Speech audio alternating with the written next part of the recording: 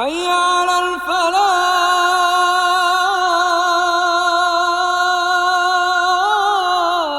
آؤ نیکی کی طرف، آؤ بھلائی کی طرف. سنیے اس رمضان آر جے مہاوش اور ہمارے special guest life coach motivational speaker Aamir Khadim Hussain کو حیا علی الفلاح میں.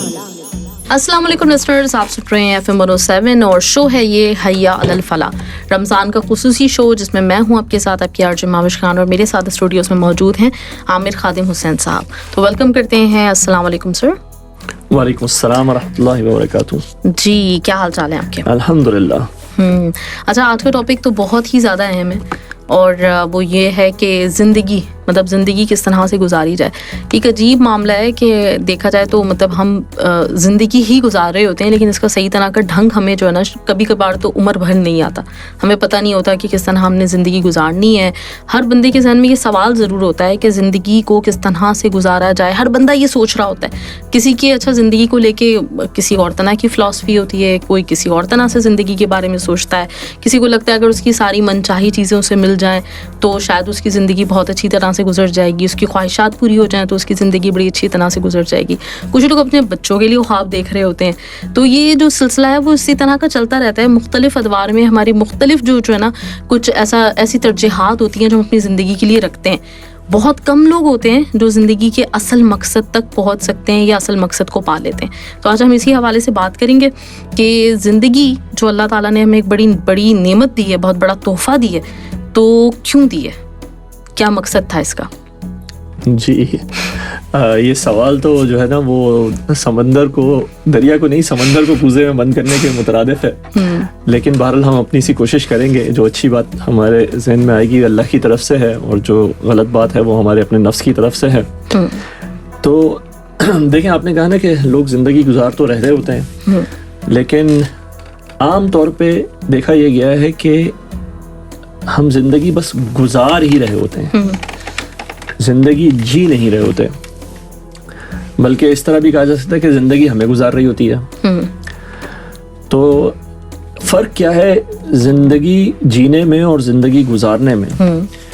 کہ ایک چیز جو ہے نا جس کے اندر انسان انٹینشنل ہے، پرپز فل ہے. آپ کہیں جا رہے ہیں، ایک ہے کہیں جانا اور ایک ہے کہیں پہنچ جانا. پہنچ گئے آپ، یہ ہوا کہ آپ کہیں جا رہے تھے، مطلب آپ نے بس چل رہے تھے اور کہیں پہنچ گئے. میں یہاں پہنچ گیا ہوں ابھی. جیسا کبھی آپ راستہ بھولے ہوئے ہوتے ہیں اور آپ کسی کو فون کرتے ہیں تو آپ بولتے ہیں یار میں یہاں پہنچا ہوا ہوں ابھی. تو اس کا مطلب ہے آپ ابھی آپ کے راستے کے بارے میں کلیئر نہیں تھے، اپنی منزل کے بارے میں کلیئر نہیں تھے، تو اس لیے آپ پہنچے ہوئے ہیں یہاں پہ. تو ہم بھی زندگی میں گزار رہے ہیں اس لیے ہم کہیں پہنچ جاتے ہیں، ٹھیک ہے، لیکن جی نہیں رہے ہوتے اس لیے ہم کہیں جا نہیں رہے ہوتے. تو آپ کی بات سے نا میرے ذہن میں ایک بات آ رہی کہ وہ بھی نا دو طرح کے لوگ ہوتے ہیں. ایک تو وہ جو دنیا پرست ہوتے ہیں، وہ بھی ایک طرح سے دنیا پرست کہہ لیں، یا پھر جن لوگوں کو صحیح اپنے مقصد کا علم نہیں ہوتا، وہ بھی دو طرح کے ہوتے ہیں. ایک تو وہ ہوتے ہیں جن سے آپ پوچھیں کہ کیا ہو رہا ہے کیا، تو وہ آگے سے آپ کو یہ جواب دیتے ہیں بہت ہی ایک بے دلی کے ساتھ، بس گزر رہی ہے. تو وہ لوگ ہوتے ہیں جن کا نہ دنیا میں دل لگتا ہے نہ ان کا کسی اور چیز میں دل لگتا ہے. پھر دوسرے وہ لوگ ہوتے ہیں جو کہ ان کے سامنے ٹارگیٹس تو ہوتے ہیں بہت بڑے بڑے، جنہوں نے زندگی میں بہت کچھ پانا ہوتا ہے، لیکن ان کے لیے یہی زندگی سب کچھ ہوتی ہے. تو یہ بھی ایک، اور پھر اس کے بعد ایک کیٹیگری آتی ہے جو کہ اصل مقصد کو سمجھتی ہے. جی بالکل صحیح بات کہی آپ نے کہ یہ کیٹیگرائزیشن اگر ہم کریں تو واقعتاً ایک تو وہ لوگ ہیں جو وہ نرا، اب اگر میری سخت کلامی معاف ہو تو نرا کچرا ہے کہ وہ لوگ جو زندگی میں کچھ نہ کر رہے ہیں، دل بھی ہار کے بیٹھے ہوئے ہیں، نہ دین بنا رہے ہیں نہ دنیا بنا رہے ہیں. تو دوسرے جو لوگ ہیں نا جو صرف دنیا میں لگے ہوئے ہیں، بہرحال دیکھیں ان کا پوٹینشیل کیا ہے. آپ یہ سمجھیے کہ یہ ان کا پوٹینشیل ہائی ہے. یہ وہ لوگ ہیں جو دین میں آ جائیں تو دین میں بھی بہت کچھ کر جائیں. ایک حدیث میں آتا ہے کہ جو لوگ ہیں یہ معدنیات کی طرح ہوتے ہیں، منرلز کی طرح ہوتے ہیں. تو منرلز میں جو ہے یہ جو اچھے لوگ ہوتے ہیں، اچھے منرلز ہیں، انہوں نے کہا کہ یہ دین جب کافر تھے یا جب مشرک تھے تب بھی یہ اچھے لوگوں میں تھے، اور جب یہ مسلمان ہو گئے تب بھی یہ لوگ اچھے لوگوں میں تھے.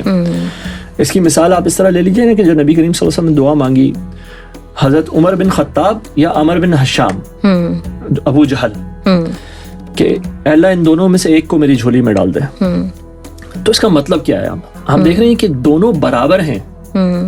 جب تک وہ کفر پہ تھے تو ان دونوں کا جو معیار تھا, جو ان کی کوالٹی تھی, وہ برابر تھی.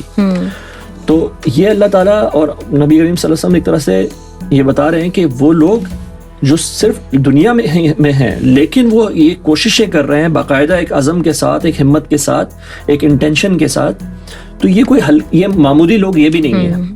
ان کے اندر اللہ تعالیٰ نے یہ صلاحیتیں رکھی ہیں, انہوں نے اپنی ان صلاحیتوں کو جلا بخشی, ان صلاحیتوں کو نکھارا. تو ان کی ہمت اور ان کی محنت کی بھی قدردانی ہے. اچھا, وہ قدردانی کیا ہے؟ کیونکہ آخرت کا کانٹریکٹ نہیں کیا ہوا انہوں نے کہا ان کی ایفرٹ ساری ہے دنیا کے لیے, تو ان کو دنیا میں وہ سب چیزیں ملتی ہیں. تو اللہ کے جو اصول ہیں وہ تبدیل نہیں ہوتے. دنیا جو ہے یہ اسباب کی دنیا ہے, اس کے اندر جو اسباب اختیار کرتا ہے وہ کامیاب ہوتا ہے. غلطی بہرحال یہاں پر ہو گئی ہم سے کہ ہم نے یہ سمجھ لیا کہ ہم اگر تیسری سٹیج پہ جانا ہے تو یہ دوسری سٹیج جو ہے نا نہیں ہونی چاہیے, یہ دوسری کیٹیگری میں آپ کو نہیں ہونا چاہیے.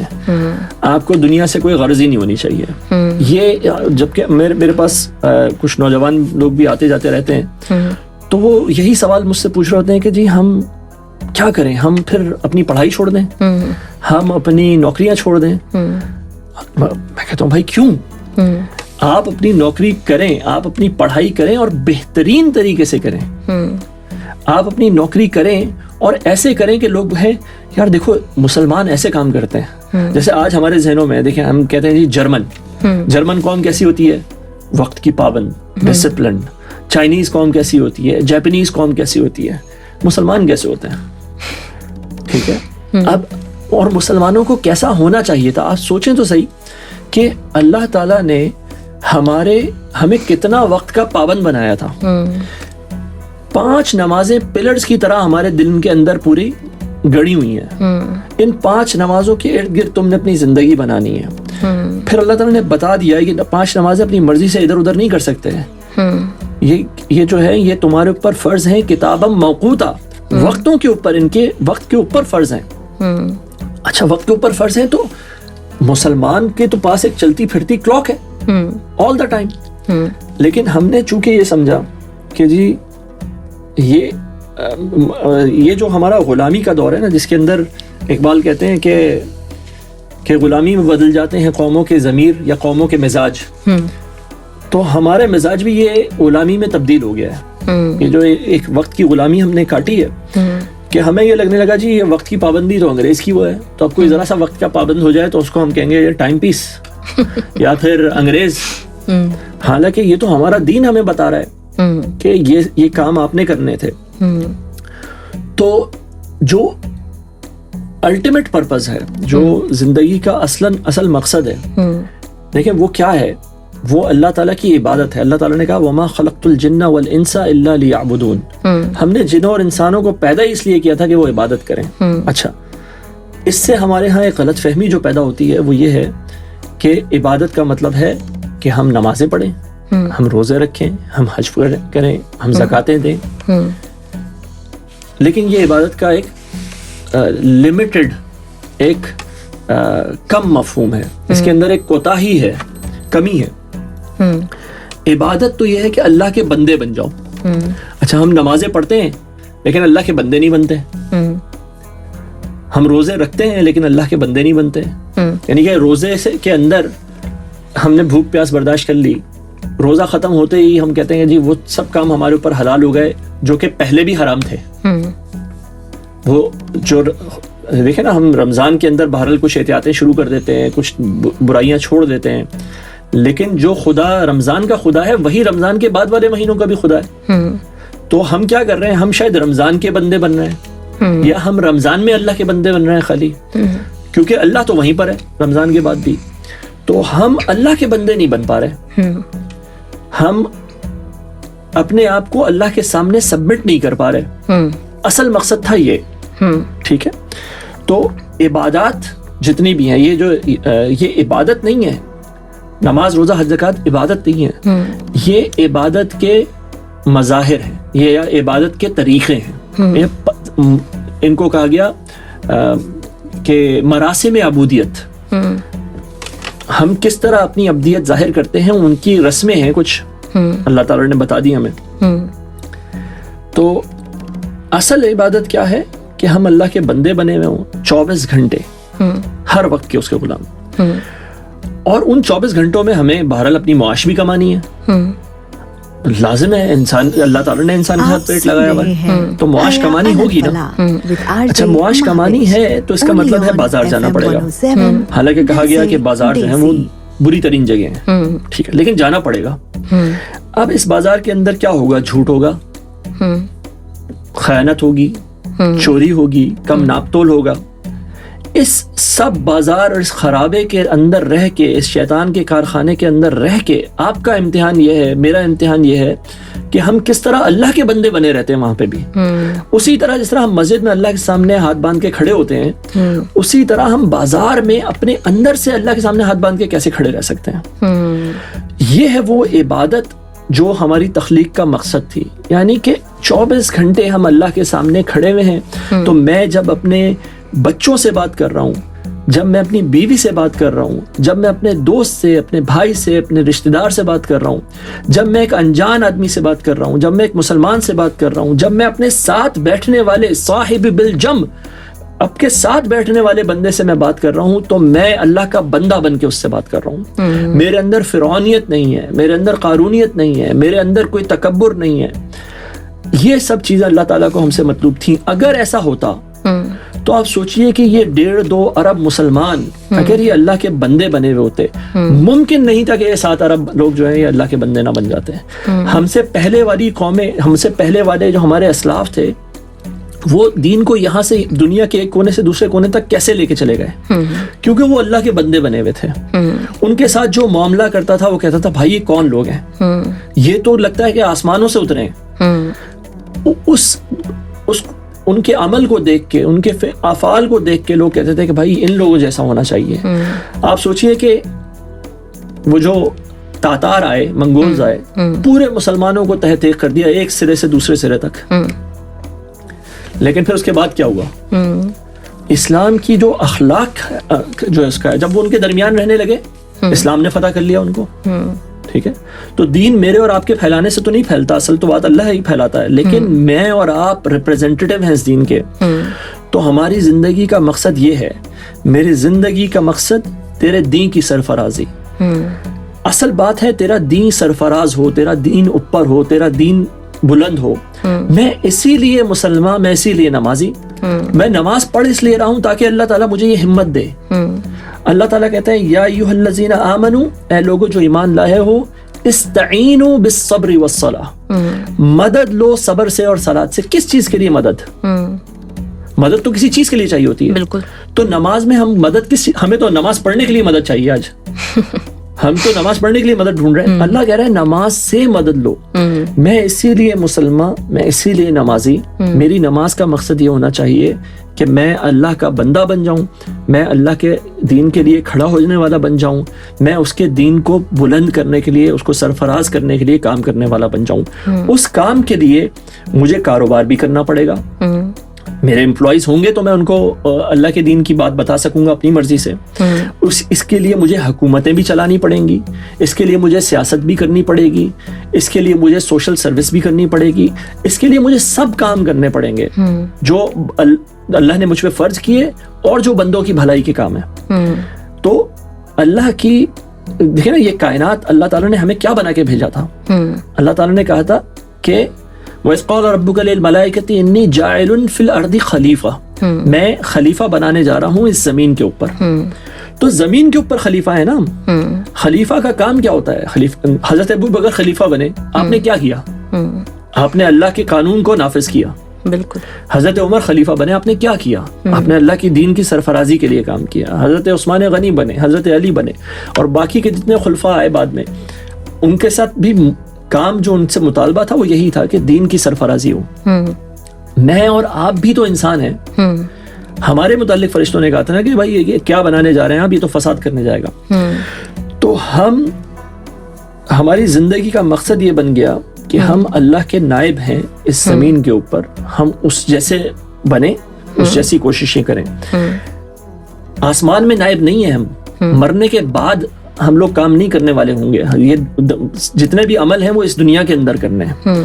تو ہم نائب اس دنیا کے اندر ہیں, ہماری رسپانسبلٹی اس دنیا کے اندر ہے. الدنیا مزرعۃ الاخرہ, یہ دنیا آخرت کی کھیتی ہے. اگر دنیا میں ہل نہیں چلایا, بیج نہیں ڈالا, پانی نہیں لگایا, حفاظت نہیں کی, تو آخرت میں کوئی کھیتی نہیں ہوگی ہمارے پاس کاٹنے کے لیے. اللہ تعالیٰ ہمیں سے ہل سے محفوظ فرمائے. بالکل بالکل صحیح, بہت زبردست. اچھا, اس وقت ہم ایک بریک لیتے ہیں, بریک کے بعد انشاءاللہ واپس آتے ہیں تو ہم اپنی گفتگو کا سلسلہ آگے بڑھائیں گے. لسنرز آپ ہمارے ساتھ ہی رہیں, سنتے رہیں FM 107. آپ سن رہے ہیں حیا علی الفلاح with RJ Mehwish, only on FM 107 دل سے دیسی. جی لسنرز, ویلکم بیک. آپ سن رہے ہیں حیا علی الفلاح, اور آج بہت ہی اہم ٹاپک پہ ہماری بات ہو رہی ہے, زندگی کس طرح سے گزاری جائے. اور ابھی عامر صاحب نے بہت اچھی طرح سے بہت ساری چیزیں ایکسپلین کی, اور واقعی بالکل ایسے ہی یہ جو عبادتیں ہیں جن کو ہم اب صرف انہی کو عبادتیں سمجھتے ہیں, جن سے ہمیں رہنمائی لینی تھی. بیسکلی نماز ہمیں 5 وقت یاد دلاتی ہے کہ ایک خوف خدا رکھنا ہے, آپ نے دن بھر کے معاملات میں اللہ تعالیٰ کو بھولنا نہیں ہے, اور آپ جب اللہ تعالیٰ کے حضور کھڑے ہوتے ہیں, سر جھکاتے ہیں اپنا, تو آپ کو یہ احساس رہتا ہے اس وقت کہ آپ تابع ہیں اس کے, اسی کی اطاعت کرنے والے ہیں, اور اس کے سارے کے سارے احکامات آپ کو ماننے ہوں گے جو کہ آپ کو دن بھر میں درپیش آنے والے. لیکن معاملہ وہیں پہ خراب ہوا کہ جہاں پہ ہم اپنے آپ کو جب ایک اچھا مسلمان بنانے کی کوشش کر رہے ہوتے ہیں تو ہمارے پتہ نہیں کیا ذہن کے کسی گوشے میں یا پھر ایک ہماری نفسیات کا یہ حصہ بن گیا ہے کہ شاید ہم اچھے مسلمان جب بن سکتے ہیں جب اپنے آپ کو دنیا سے الگ کر لیں. جبکہ آپ نے کافی دفعہ اس بات کا ذکر کیا کہ اسلام ہم سے رہبانیت کی طلب کرتا ہی نہیں ہے. اسلام ہمیں مطلب کہتا ہے کہ دنیا میں رہ کے ہم نے زندگی بھی گزارنی ہے, اور اس طرح سے گزارنی ہے کہ اگر ہم سے کوئی مشورہ مانگے تو ہم اچھا مشورہ دیں, ہم ایک چراغ بنے ہوئے ہوں کہ ہم جہاں کہیں پہ بھی جائیں تو ہماری وجہ سے روشنی ہو, لیکن ہم اپنے مقصد کو بھولے میں. اچھا, ایک جو چیز جو آپ نے بھی اس کا بھی حوالہ دیا تھا, اور میرے سامنے بھی ایسی بہت سی مثالیں بھی موجود ہیں, اور بہت سارے لوگ ہیں جن کے ذہن میں نا سوال آ رہا ہوتا ہے کہ جب بھی کبھی مطلب ایک ہم لوگ نا آج کل جیسے آپ نے کہا نا کہ ہمیں تو نماز میں ہم مدد مانگتے ہیں اللہ تعالیٰ سے دوسرے کاموں کے لیے, لیکن اب حالات ایسے ہیں کہ ہم لوگ نماز کے لیے مدد مانگ رہے ہوتے ہیں. تو جب کبھی ہم اچھے والے مسلمان بنتے ہیں تو اب ہمارے یہاں طریقہ یہ ہوتا ہے کہ ہم 5 وقت کے نمازی ہو گئے تو ہم اچھے مسلمان ہو گئے, اور اس کے بعد پھر ہم بہت سارے لوگوں کے ذہن میں یہ سوال آ رہا ہوتا ہے کہ اب ہم نہیں ٹائم دے پا رہے ہیں اللہ تعالیٰ کو صحیح طرح سے, تو ہمیں اپنا کاروبار اگر کرتے ہیں, کوئی جاب کرتے ہیں, کوئی مطلب ہمارا کوئی ذریعہ معاش ہے, تو ہم اس کو ترک کر دیں تاکہ ہم اپنے دین کو زیادہ وقت دے سکیں. تو یہ جو ایک سوال ہے میرے سامنے جب بھی کبھی کوئی کرتا ہے تو میں اس کو مطلب یہ اپنے طور پہ ایک سجیشن دیتی ہوں کہ ابھی آپ ایک پیسفل مائنڈ ہے آپ کا, تو آپ یہ اس چیزوں کے بارے میں سوچ رہے ہیں, اور ان چیزوں کو اختیار کرتے ہوئے کیوں نہیں آپ اپنی اسٹرگل کو آگے رکھتے, کیوں نہیں آپ یہ کوشش کرتے. تو اس حوالے سے آپ کیا کہنا چاہیں گے؟ دیکھیے, ایسا ہے کہ اصلاً جو اللہ کو یاد کرنا ہے, اگر عبادتوں کے لیے ہم اپنے آپ کو فری کرتے ہیں تو اللہ کی یاد تو انسان 24 گھنٹے رکھ سکتا ہے, سوتے ہوئے بھی رکھ سکتا ہے, اللہ کے ذکر میں مشغول ہو سکتا ہے. جب کہ اللہ نے کہا, یعنی کہ آپ صلی اللہ علیہ وسلم کی احادیث سے ہمیں پتہ لگا کہ اگر انسان جو ہے وہ اللہ کا ذکر کرتے ہوئے سو جائے اور صبح اٹھ کے اللہ کا ذکر کرے تو پوری رات ذکر میں جو ہے وہ کاؤنٹ ہو جاتی ہے. اور اصل بات تو یہ ہے کہ واقعتاً پھر آپ کے دماغ, آپ کی شاید خوابوں میں بھی اسی طرح کی باتیں چل رہی ہوں, اور دن کے جو اوقات ہیں ان میں کہ کوئی مطلب اس طرح کی کوئی بات ہے ہی نہیں کہ آپ اپنے کاروبار میں ہو تو آپ اللہ تعالیٰ سے غافل ہو جائیں. بلکہ قرآن تو ان کی تعریف کرتا ہے کہ وہ لوگ جو ان کو کوئی کاروبار دنیا اللہ کی یاد سے غافل نہیں کرتا. دیکھیں نا کہ ایک چیز ہے جس کو ہم کہتے ہیں stand by. Stand by generators ہوتے ہیں ہمارے یہاں. اسٹینڈ بائی جنریٹر جیسے کام کیسے کرنا شروع کرتا ہے کہ جیسے ہی آپ کی الیکٹریسٹی آف ہوتی ہے تو وہ خود بخود آن ہو جاتا ہے. تو ہم جب الیکٹریسٹی آن بھی ہوتی ہے تو ہم یہ نہیں کہتے کہ جنریٹر کام نہیں کر رہا, کیونکہ ہم کہتے ہیں وہ کام کر رہا ہے, اسٹینڈ بائی پہ کھڑا ہے. ٹھیک ہے, اگر وہ لائٹ آف ہو جائے اور الیکٹریسٹی چلی جائے اور جنریٹر آن نہ ہو تو اب ہم کہیں گے ہاں یار یہ اب جنریٹر میں کوئی خرابی ہو گئی, یہ کام نہیں ہو رہا.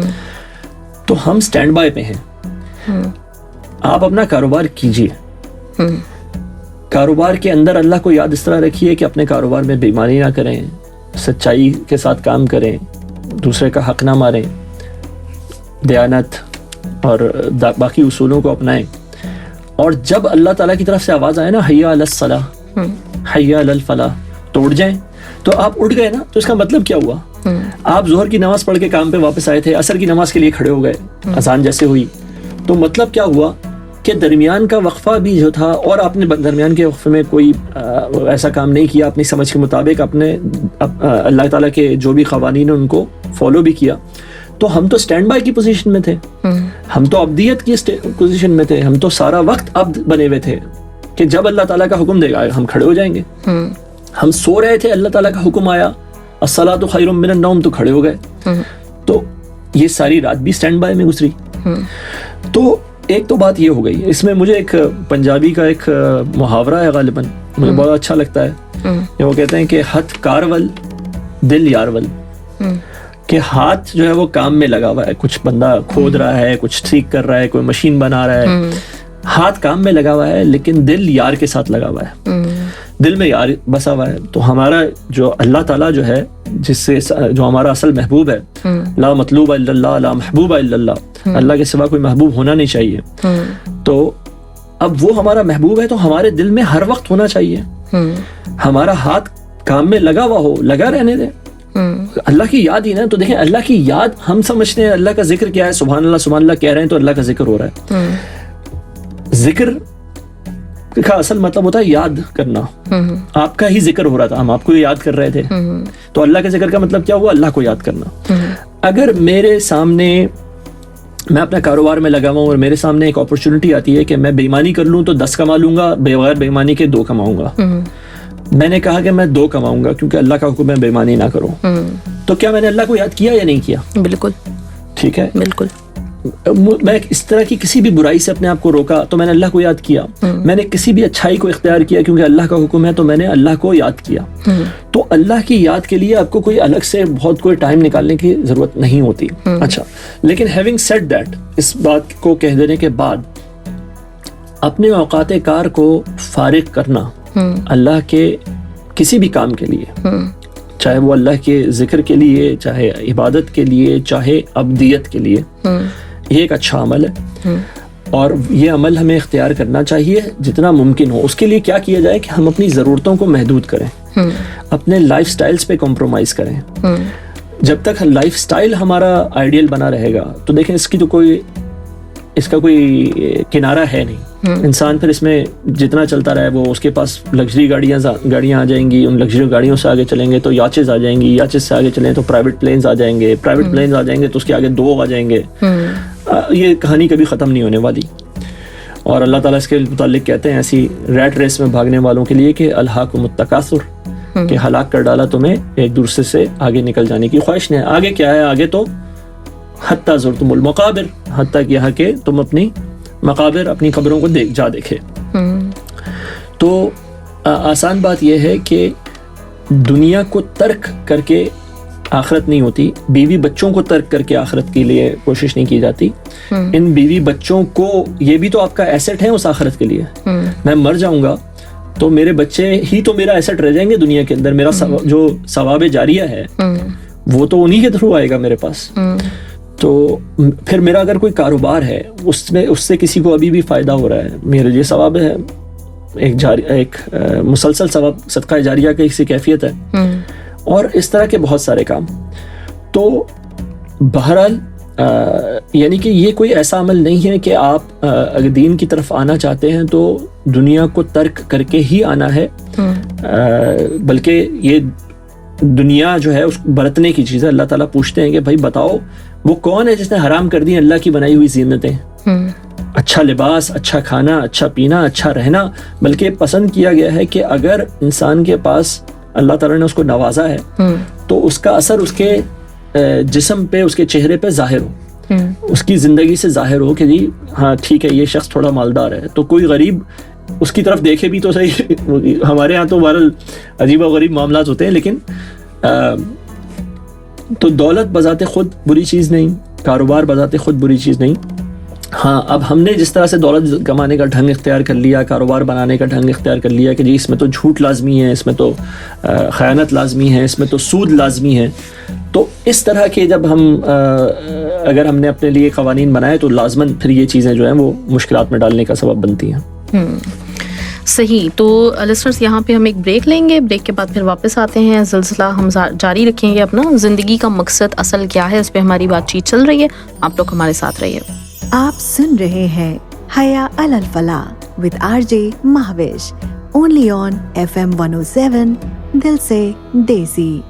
جی لسنرس ویلکم بیک. آپ سن رہے ہیں FM 107 اور شو ہے ہمارا حیا علی الفلاح, اور اس میں ہم پورے رمضان مختلف ٹاپکس لے کر آ رہے ہیں, اور وہ موضوعات ہیں یہ سارے جن کی ہمیں روزمرہ کی زندگی میں جو ہے نا, جو ہمارے ذہن میں کچھ سوال بھی پیدا ہوتے ہیں, جن کی ہمیں ضرورتیں بھی پڑتی رہتی ہیں اور جن کے بارے میں ہم سوچتے بھی رہتے ہیں. اور آج کا تو جو ٹاپک ہے بہت ہی اہم اس طرح سے ہے کہ ہم زندگی کے مقصد کو کس طرح سے سمجھیں اور زندگی گزارنے کے لیے کیا طرز عمل اختیار کریں, تو اس کے اوپر ہم بات کریں. اچھا, ابھی آپ نے بہت اچھی مثالیں دیں کہ جب ہم مطلب دین کو اختیار کرتے ہیں تو ہم نے ڈیفینیٹلی وہ دنیا میں ہی رہ کے کرنا ہے, کیونکہ ہماری جو دنیا ہے اسی میں ہم جو بھی کھیتی کر رہے ہیں وہی ہمیں آخرت میں اس کا جو ہے نا نتیجہ ملے گا. تو یہ ایک مطلب اگر ہم ویسے بات کریں, ایک گھر کے حساب سے بات کریں, ایک فیملی کے حساب سے بات کریں, اب یہی والا جو رول ہے وہ ہمارا زندگی کے مقصد کو لے کے ہماری کمیونٹی پہ کس طرح سے آ جاتا ہے. اور جو اللہ تعالیٰ نے کہا ہے نا کہ ہر مسلمان اپنے اپنے طور پہ ریپرزینٹ بھی کر رہا ہے, اور اپنے اپنے طور پہ وہ دعوت کا کام بھی اس کی ذمہ داری ہے. تو اس چیز کو ہم نے کس طرح سے ایک داعی کے طور پہ کس طرح انجام دینا ہے؟ جی دیکھیں, ہر مسلمان کو داعی ہونا ہی چاہیے, وہ اللہ کی طرف بلانے والا ہو, اور وہ بلانے والا ہو اپنے قول سے بھی, جیسے ہم لوگ بلاتے ہیں عام طور پہ, اپنے فعل سے بھی جو کرتا ہے, لیکن اپنے وجود سے بھی کہ وہ جو ہے. تو یہ کچھ بزرگوں کا قول ہے کہ مومن وہ ہے جس کو دیکھ کے اللہ یاد آ جائے. تو ہمیں یہ دیکھنا ہے کہ جی ہم کیا ایسا وجود رکھتے ہیں کہ ہمیں دیکھ کے دوسرے کو بھی اللہ یاد آ جائے, یا ہم لوگوں کو غفلت میں ڈالنے والے لوگ ہیں.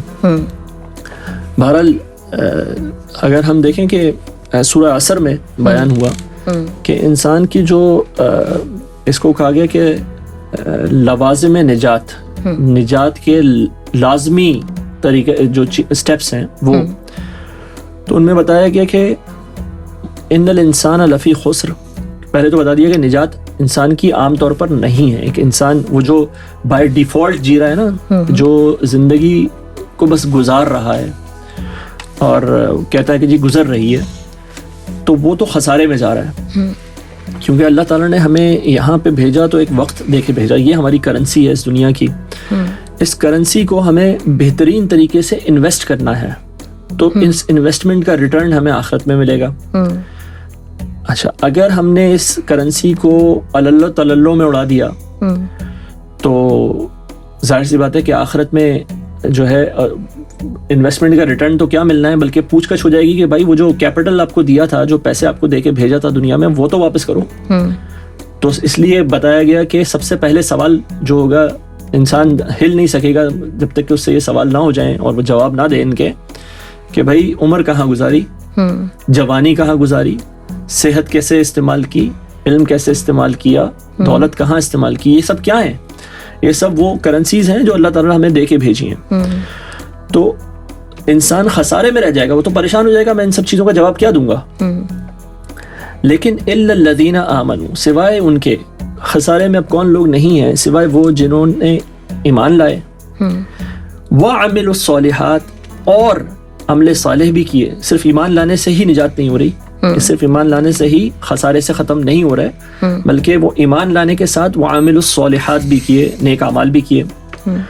نیک اعمال صرف ایسا نہیں ہوا کہ کسی پہاڑ کی چوٹی پہ چڑھ کے وہاں پہ ایمان بھی لے کر آ گئے اور نیک اعمال بھی کرتے رہے, بلکہ اس معاملے میں ایک حدیث جو بیان ہوتی ہے اس کا مفہوم بڑا ہی لرزا دینے والا ہے, کہ حدیث قدسی ہے.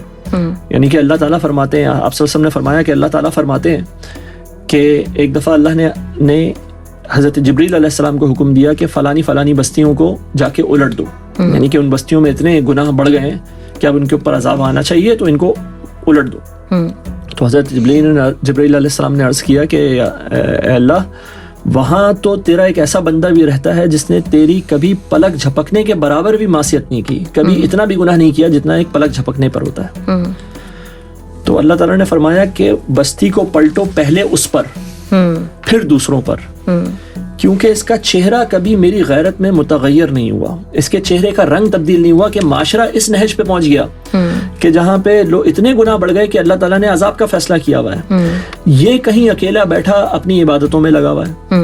تو بستی کو پہلے مارو اس کے اوپر, پھر الٹو بستی والوں کے اوپر. تو اس سے ہمیں یہ پتہ لگا کہ اسلام جو ہے نا یہ ایک انفرادی مذہب نہیں ہے, انڈیویجولزم کا مذہب نہیں ہے کہ ہر انسان اپنی اپنی جگہوں پہ رہے, بلکہ یہ لوگوں کو ایک دوسرے سے جوڑتا ہے. اللہ کے رسول صلی اللہ علیہ وسلم کا فرمان مبارک ہے کہ خیر الناس من ينفع الناس, لوگوں کے لیے سب سے بہتر وہ ہے, لوگوں میں سب سے بہتر وہ ہے جو لوگوں کے لیے سب سے بہتر ہے. تو ہم لوگوں کو فائدہ پہنچائیں. اب وہ لوگوں کو فائدہ, وہ بھوکے کو کھانا کھلانا بھی ہے, وہ پیاسے کو پانی پلانا بھی ہے, وہ کسی بے روزگار کی روزگار میں مدد بھی ہے, وہ ہر طرح سے مدد ہے. لیکن سب سے بڑا نفع جو ہم کسی کو دے سکتے ہیں وہ یہ ہے کہ اس کی آخرت سنور جائے. لیکن اس کا مطلب یہ نہیں کہ دنیا میں نفع نہیں دینا, دنیا میں بھی نفع دیں, لیکن سب سے بڑا نفع یہ ہے کہ ہم اس کو آخرت اس کی سنوارنے کی کوشش کریں. تو وعامل الصالحات کے بعد اگلی شرط جو ہے نجات کی اللہ تعالیٰ نے بتائی, وتواصوا بالحق. تو وہ حق کی تواصی کرتے ہیں, حق کو کی وصیت کرتے ہیں, لوگوں کو حق کی نصیحت کرتے ہیں. اور جب وہ یہ کرتے ہیں تو اس کا نتیجہ یقیناً یہ نکلتا ہے کہ ان کے جو مال ہیں, ظاہر سی بات ہے ایک شخص تواصی بالحق کے لیے نکلا ہے تو اس کے بزنس میں تھوڑا سا نقصان ہوگا, جو میں نے آپ سے کہا نا کہ اس کو بزنس پہ کم پہ ضرور اکتفا کرنا پڑے گا, اپنے لائف سٹائل کو تھوڑا سا مینج ضرور کرنا پڑے گا. تو کیا ہوتا ہے کہ پھر اس کو تواصی بالصبر بھی کرنا ہے, اس کو صبر کی بھی تلقین کرنی ہے, کیونکہ جب آپ اپنے دین کو مقدم کر دیں گے, اس کو پرائیورٹائز کر دیں گے, تو دنیا کو تھوڑا بہت اس پہ کمپرومائزز کرنے پڑیں گے, اس کو تھوڑا سا پیچھے کرنا پڑے گا. تو جو شخص یہی کہے کہ جی ہمیں دنیا ہی کمانی ہے ساری کے سارے وقت میں اور دنیا کا نقصان کسی حال میں گوارا نہیں ہے, تو وہ شخص یہ والا کام نہیں کر سکتا. تو یہ چار چیزیں مل کے ہمیں نجات دلاتی ہیں. تو ہمارا کام تواصی بالحق ہے, اپنی کمیونٹی میں, اپنے گھر کے اندر, اپنے بچوں کے ساتھ, اپنی بیویوں اور شوہروں کے ساتھ, اور جہاں جہاں ہم سے بات پہنچے. صحیح.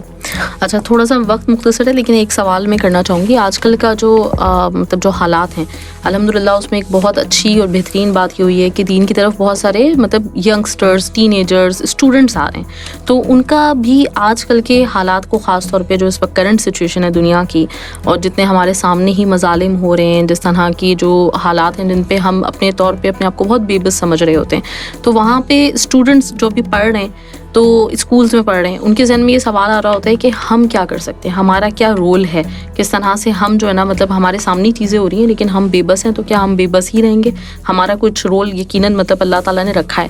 تو اس وقت میں خاص طور پہ یہ چاہوں گی کہ زندگی کے مقصد کو تلاش کرتے ہوئے, اور الحمدللہ کہ ہمارے مطلب ینگسٹرز میں اپنی بات کروں تو مجھے لگتا ہے کہ میرے بچے میرے مقابلے میں ماشاءاللہ سے زیادہ سوچنے والے ہیں, ان کو زیادہ فکر ہے اپنی آخرت کی بنسبت جو ہم لوگ اپنی دنیا میں گم تھے. تو اس صورت میں ان کو کیا کرنا چاہیے؟ جی بہت اچھی بات ہے. تو ایک بات تو یہ ہے کہ ان کو اگر پریشانی ہے بچوں کو, اور جو کہ ہیں, ہم دیکھتے ہیں کہ یہ مظالم ہو رہے ہیں اور ہم اس کا ازالہ کیسے کر سکتے ہیں, ہم اس کا مقابلہ کیسے کر سکتے ہیں, تو یہ ایک تو بہت اچھی بات ہے کیونکہ یہ ایمان کی ایک علامت ہے. اچھا, اس سے آگے بڑھیے تو اس کی ایک دوسری ایکسٹریم ہے جس میں یہ ہے کہ جی بس ہم کہیں سے ادھر پہنچ جائیں اور ہم بھی مار دھاڑ کرنا شروع کر دیں جیسے ہو رہی ہے. اچھا, یہ ایکسٹریم ہے, اور یہ کیا ہے کہ اس کا نتیجہ کبھی بھی اچھا نہیں نکلے گا, کیونکہ ہم جیسے لوگ تو وہاں جا کے لائبلٹی بن جائیں گے, جو لڑ رہے ہیں ان کے لیے بھی. ہم سے تو 1-2 سیڑھیاں نہیں چڑھی جاتی ہیں اور سانس پھول جاتا ہے. تو ہمیں اپنے بہرحال جو زمینی حقائق ہیں ان کو اس لحاظ سے ضرور دیکھنا چاہیے. اچھا, ہم کیا کر سکتے ہیں اپنی جگہ پہ رہتے ہوئے؟ بہرحال جو لڑنے والے ہیں ان کا اللہ تعالیٰ نے بڑا مرتبہ بتایا, جو اپنی جان کو ہتھیلی پہ لے کے میدان جہاد میں آ گیا اس کا تو بڑا مرتبہ ہے. لیکن اب یہ جو ہم عام لوگ ہیں اور ہم اب ہمارے ساتھ دیکھیں, اب ہمارے ہاں لڑنے کا کام جو ہے نا وہ حکومتوں کا ہے. اب وہ حکومتیں فیصلہ کریں گی, اسٹینڈنگ آرمیز ہیں, تو یہ ان کا کرنے کے کام ہے. ہمارا کام ہے ایسی حکومتوں کو چننا جو یہ کام کرنے کے لیے راضی ہوں. ٹھیک ہے, عام انسانوں کی حیثیت سے ہمارا یہ کام ہے. اچھا, اب ان بچوں کا کیا کام ہے کہ, اور سب کا اصل میں یہ کام ہے, جو ان بچوں کا کام ہے وہی ان سب ہم کا بھی کام ہے کہ ہم جو کام کر رہے ہیں اس کو ہم بہترین طریقے سے کیسے کر سکتے ہیں. لیکن دین بھی آپ سے پوچھتا ہے, قرآن کہتا ہے کہ وہ لوگ جو جن اچھے لوگوں کی تعریف کرتے ہوئے بتاتے ہیں کہ جو اللہ کے احکامات کو سنتے ہیں پھر اس کے بہترین طریقے پر عمل کرتے ہیں. ایک حدیث میں آتا ہے کہ اللہ نے ہر چیز کے اندر بہترین کو فرض کر دیا ہے. ان اللہ کتب الاحسان علی کل شیء, ہر چیز کے اوپر اللہ تعالیٰ نے احسان, حسن, بیوٹی, ایکسلنس کو فرض کیا ہوا ہے. یعنی کہ ایک حدیث میں یہاں تک آتا ہے کہ واقعہ بیان کیا جاتا ہے کہ ایک دفعہ صحابہ جو ہیں وہ قبر کھود رہے تھے, ایک ساتھی کی وفات ہو چکی تھی تو اس کے لیے قبر کھود رہے تھے, تو نبی کریم صلی اللہ علیہ وسلم نے فرمایا کہ اس کی قبر سیدھی کھینچو, تھوڑی آڑی ٹیڑھی نہ کرو, بالکل سیدھی بناؤ. اور پھر یہ بھی بتایا کہ دیکھو اس سے یہ نہیں ہوگا کہ اس کو کوئی ثواب زیادہ ملے گا یا اس کی کوئی اور وجہ ہے, لیکن اللہ کو پسند ہے کام کو اچھے طریقے سے انجام دینا. اللہ کو پسند ہے کاموں کو اچھے طریقے سے انجام دینا. اور ہم مسلم امہ کیسے کرتی ہیں کام؟ جان چھڑوانے, چالو کام جسے ہم لوگ کہتے ہیں, ہر کام چالو کام, ہر کام بس جان چھڑانے والا کام. اللہ کو پسند ہے ہر کام کے اندر بہترین طریقے پر عمل کرنا. آپ اسٹوڈنٹ ہیں, آپ پڑھ رہے ہیں, آپ کے اندر آپ اپنے اس جذبے کو, اس ولولے کو بچائیں, آپ پڑھیں, بہترین پڑھیں, اور آپ یہ سوچ کے پڑھیں کہ میں ایک حیثیت میں آؤں گا, میں اس اپنی تعلیم سے, اپنی نالج سے میں ایک لیول پر آؤں گا, اس لیول کے ذریعے میں مسلمان کو کی اور دین کی خدمت کروں گا. میں اگر آپ ایک کاروباری آدمی ہیں تو آپ اپنے کاروبار کے متعلق یہی نیت رکھیں کہ میں اس میں بہترین طریقے پر عمل کروں گا. میں صداقت, امانت کی وہ مثالیں قائم کروں گا کہ دنیا کہے گی کہ یار مسلمان اچھے لوگ ہوتے ہیں.